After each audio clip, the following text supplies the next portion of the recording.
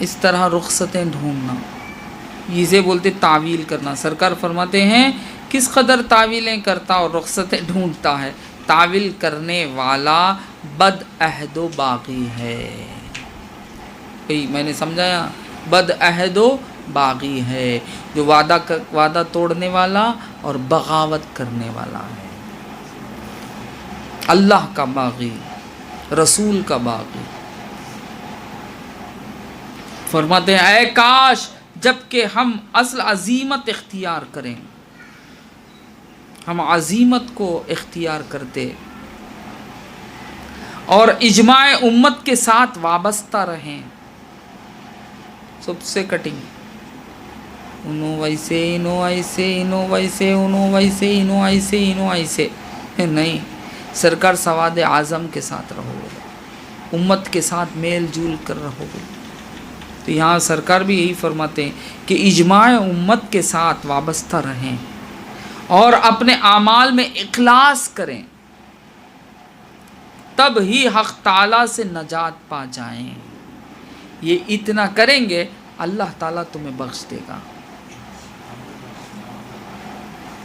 پھر کیا پوچھنا اس حالت کا جب کہ ہم تعویلیں کرنے لگے اور رخصت ڈھونڈنے لگے، عزیمت جاتی رہی اور اس کے اہل بھی جاتے رہے۔ اگر ہم رخصتیں ڈھونڈتے رہیں گے، تعویلیں کرتے رہیں گے، تو اب تمہارے ہاتھ سے سب کچھ جاتے رہے گا۔ یہ زمانہ رخصتوں کا رہ گیا۔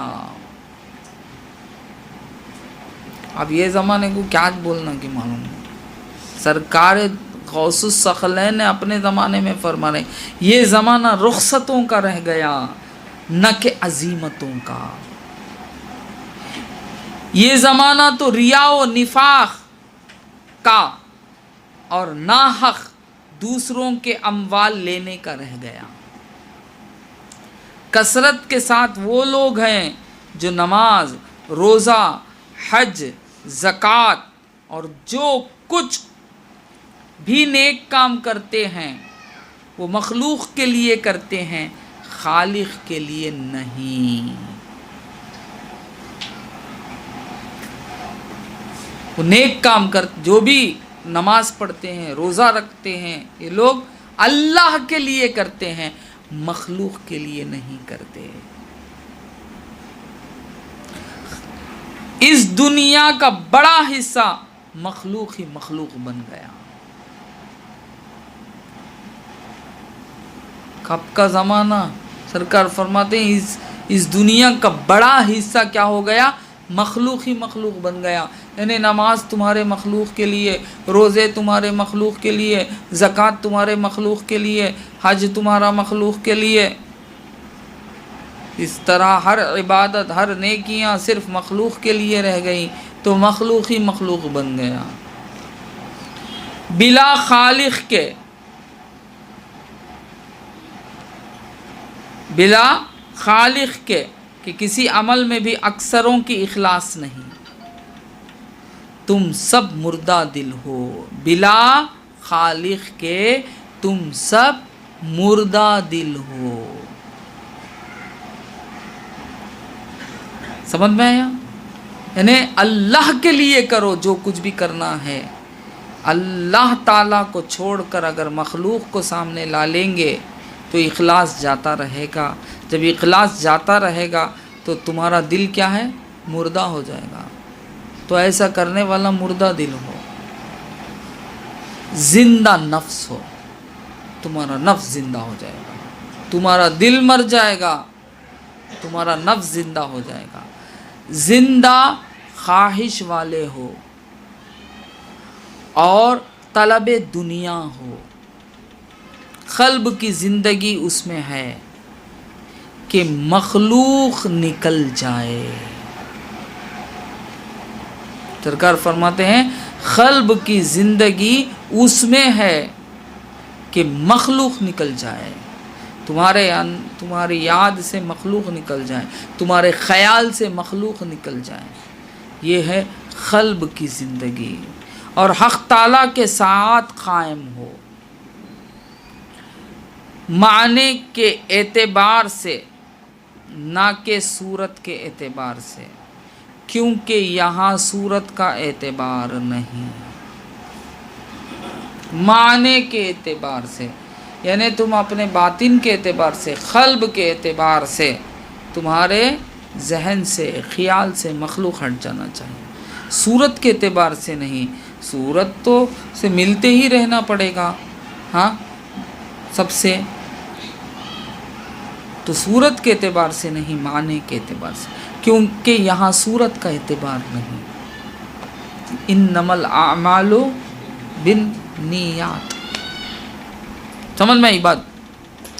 قلب کی زندگی حق تعالیٰ کے حکم کی تعمیل کرنے اور اس کی ممانعت سے باز رہنے اور اس کی ڈالی ہوئی مصیبتوں اور قضاء و قدر پر صبر کرنے سے ہے۔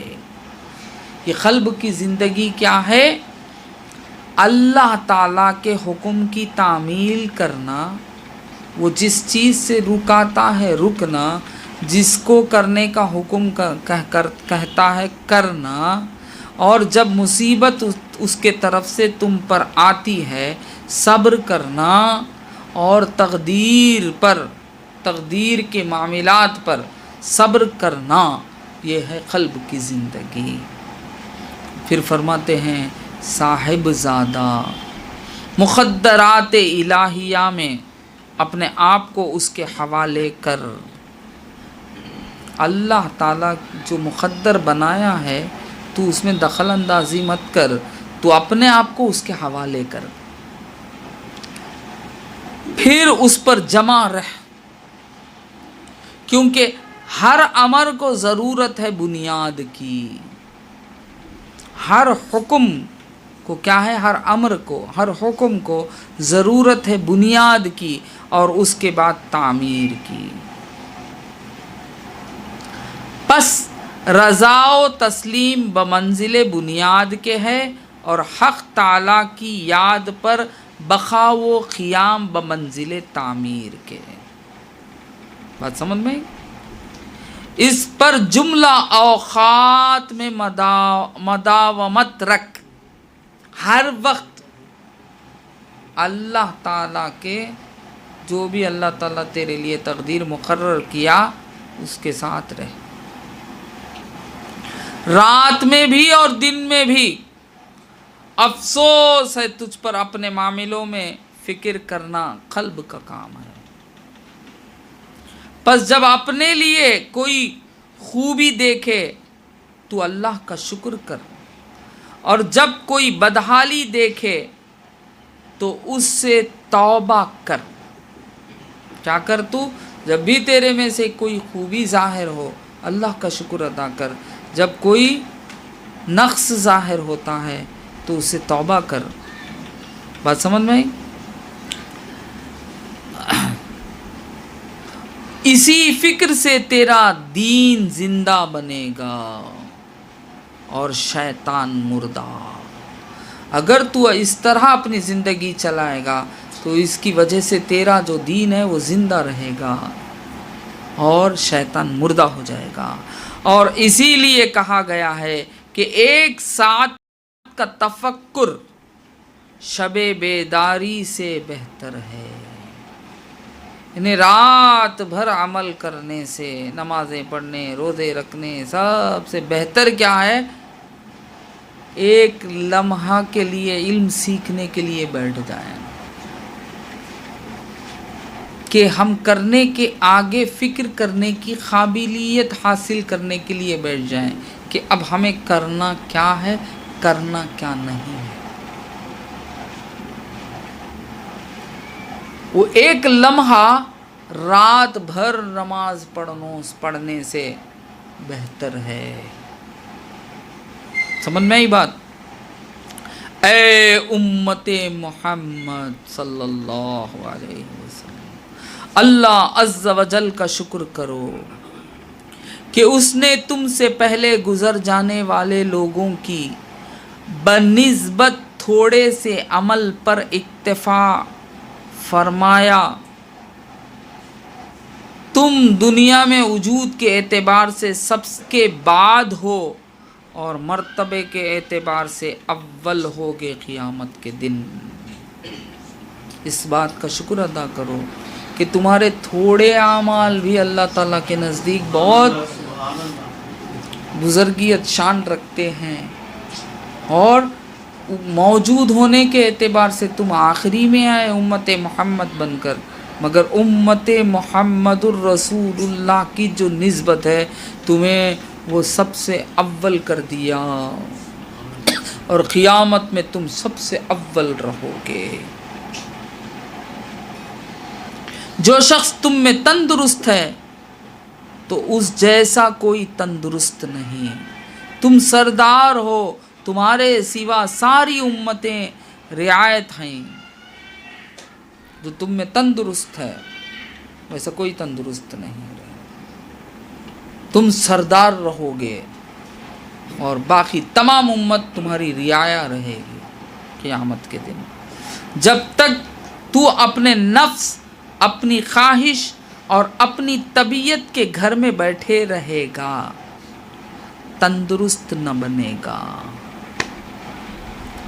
جب تک تو مخلوق سے جھگڑتا اور اس مال و متاع میں جو ان کے پاس ہے رغبت والا اور اپنی ریا اور نفاق سے اس کے حصول کا خواہاں رہے گا تو تیرے لیے تندرستی نہیں۔ تو لوگوں سے جھگڑتے رہے گا، اس کا مال دبانے کے لیے کئی کاماں کرتے رہے گا، اور خواہش میں مبتلا رہے گا، نہیں تندرست نہیں تو۔